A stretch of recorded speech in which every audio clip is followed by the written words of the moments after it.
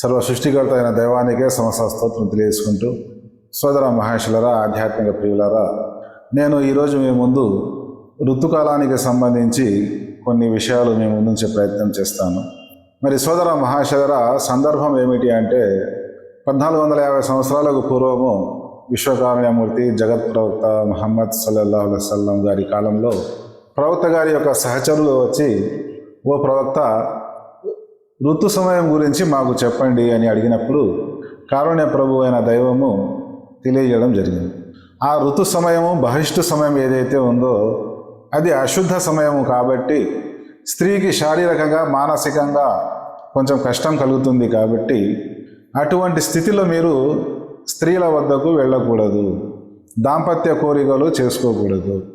ఆ విషయాన్ని తెలుపుతూ ఆ ప్రవక్త గారి యొక్క సహచరులు గ్రంథ ప్రజల గురించి ఒక విషయాన్ని అడిగారు. స్త్రీ యొక్క వెనక భాగం నుంచి సంభోగం చేసినట్లయితే మెల్లకన్ను ఉన్నవారు, కుంటివారు, గుడ్డివారు, చెవిటివారు పుడతారు అని చెబుతున్నారు. దాని గురించి అని అడిగినప్పుడు అది చాలా దుష్టచర్య. ఆ దుష్టచర్య చేసేవాడు, చేపించుకున్నవాడు ఇద్దరు కూడా పాపాత్ములే, వారికి చాలా కఠినమైన శిక్ష ఉంది అని తెలియజేయడం జరిగింది. మరి ఈ విషయాన్ని తెలిపే ఉద్దేశం ఏమిటి అంటే ప్రజలలో ఉన్న ఒక అపోహను దూరం చేయడం. అంటే ఆనాటి ప్రజలు పురుషుడు కానీ స్త్రీ కానీ వెనుక భాగం నుంచి కామకోరికలు తీర్చుకున్నట్లయితే పుట్టబోయే పిల్లలు అవిటివారుగా పుడతారు, పోలియోతో పుడతారు, మెల్ల కన్నుతో పుడతారు, కొంటివారుగా, గుడ్డివారుగా, చెవిటివారుగా పుడతారు అనే అపోహ ఉండేది. వాస్తవానికి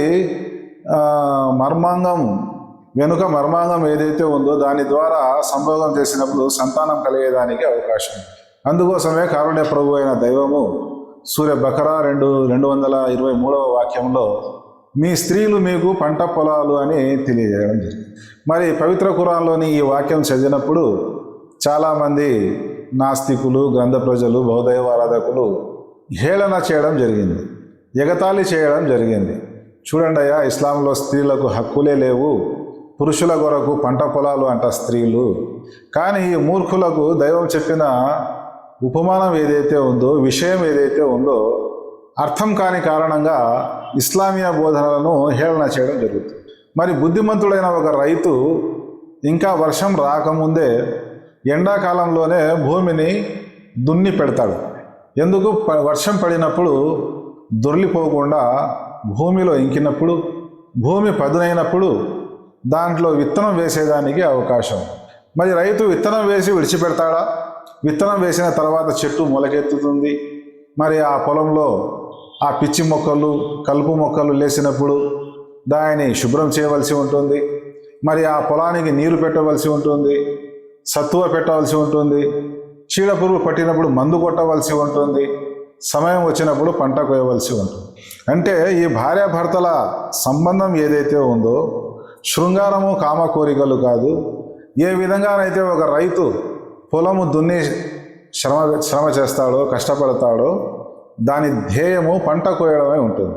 అంటే భార్యాభర్తల సంబంధము ఒక కుటుంబం, ఒక పవిత్రమైన కుటుంబం ఉనికిలోకి వచ్చేదానికోసము, ఉత్తమమైన సంతానాన్ని పొందేదానికోసము ఒక మార్గము. కాబట్టి మీ భార్యలు మీకు పంట పొలాలు అని చెప్పడం జరిగింది.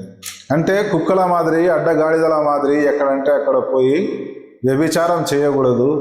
ఇప్పుడు పురుషులకు పురుషులు వివాహం చేసుకోవడము, స్త్రీలకు స్త్రీలు వివాహం చేసుకోవడము, ఈ జీవితము కామ కోరికల కోసము కాదు.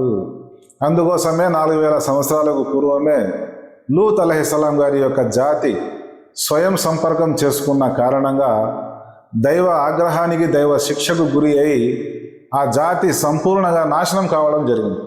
అందుకోసము శరీరంలోని వెనుక భాగాల నుంచి కామ కోరికలు తీర్చుకోవడము చాలా హేయమైన చర్య కాబట్టి, స్వయం సంపర్కం చాలా దుర్మార్గమైన చర్య కాబట్టి దాని ద్వారా చాలా చెడు పర్యవసానాలు ఉనికి వచ్చేదానికి, రకరకాల దుర్మార్గమైన రోగాలు ఉనికి వచ్చేదానికి అవకాశం ఉంది. ఎయిడ్స్ లాంటి రోగాలు కూడా వచ్చేదానికి అవకాశం ఉంది. కాబట్టి మరి భార్యాభర్తల పవిత్రమైన సంబంధం ఏదైతే ఉందో, ఒక రైతుకు ఒక భూమికి ఏదైతే సంబంధం ఉందో ఆ సంబంధంతో పోల్చడం జరిగింది.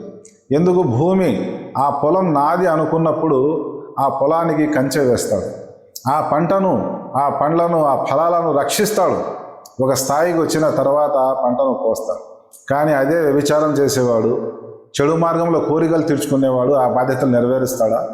ఒక వ్యక్తి ఒక స్త్రీతో అక్రమ సంబంధం పెట్టుకొని వ్యభిచారం చేసేవాడు ఆమె అవసరాలు తీరుస్తాడా? ఆమె ధన మాన ప్రాణ రక్షణ చేయగలుగుతాడా? సమాజం చెడిపోయేదానికి అవకాశం ఉంది. కాబట్టి కారుణ్య ప్రభు అయిన దైవము ఈ భార్యాభర్తల సంబంధము చాలా పవిత్రమైనది. కాబట్టి మనిషి తన శక్తిని కామ కోరికల కోసము, శృంగార కోరికల కోసము వృధా చేయకుండా సరి అయిన మార్గంలో సద్వినియోగం చేసుకునే ఉద్దేశంతో ఒక ఉపమానంగా తెలియజేయడం జరిగింది. హద్దు మీరిన కామ కోరికలతో ఆమె ఋతు సమయంలో బహిష్టు స్థితిలో ఆమె అపరిశుద్ధంగా ఉంటుంది. కాబట్టి ఆ సమయంలో కూడా ఆమె దగ్గరకు వెళ్ళకూడదు. అదేవిధంగా ఎనుక భాగము ఉపయోగించకూడదు కూడా చాలా ఘోరమైన పాపము. కాబట్టి ఇస్లామియా ధర్మంలో దానికి మరణదండన ఉంది. కాబట్టి ఇటువంటి చెడు కార్యాలకు లోను కాకూడదు. ఇటువంటి చెడు కార్యాలకు లోనైన వాడు సమాజానికి చాలా దుర్మార్గులుగా, చెడు చేసేవారుగా తయారయ్యేదానికి కూడా అవకాశం ఉంది. కుటుంబ వ్యవస్థ చిన్నాభిన్నమయ్యేదానికి అవకాశం ఉంది. ఈనాడు స్వయం సంపర్కం చేసుకోవడము, పురుషులు స్త్రీలు వివాహం చేసుకోవడము చాలా పశ్చిమ దేశాల్లో ధర్మసమ్మతం చేయడం జరిగింది. మరి వారి ధ్యేయం కుటుంబ వ్యవస్థ ఉందా? కామ కోరికలకు దాసులైపోయారు కాబట్టి, శృంగార కోరికలకు దాసులైపోయారు కాబట్టి ఇటువంటి జంటల ద్వారా సభ్య సమాజము తలదించుకునే పరిస్థితి వచ్చేదానికి అవకాశం ఉంది. మంచి సమాజంలో మంచి కుటుంబాలలో పుట్టి పెరిగిన వ్యక్తులు కూడా చెడిపోయేదానికి అవకాశం ఉంది. అందుకోసమే పంటలో చీడ పురుగు వచ్చేటప్పుడు మందు కొడతారు. అందుకోసము ఈ విధంగా కామ కోరికల ధ్యేయంగా జీవితం గడిపే వారిని చీడ పురుగులను మందుతో కొట్టినట్లు వీరిని శిక్షించవలసి ఉంటుంది. అందుకోసమే మానవ మనుగడ ఉనికిలో ఉండేదానికోసము, మానవ సమాజం ఉన్నత స్థానాలకు వెళ్ళేదానికోసము, నైతిక విలువలను పెంపొందించేదానికోసము కారుణ్య ప్రభు అయిన దైవము భార్యాభర్తల సంబంధాన్ని ఒక గొప్ప ఉపమానం ద్వారా తెలియజేయడం జరిగింది. ఏవైతే విషయాలు చెప్పామో విన్నామో అర్థం చేసుకొని ఆచరించి సద్బుద్ధి కలిగాయని వేడుకుంటున్నాను. అస్సలాము అలైకుం వరహమతుల్లాహి వబరకాతుహు.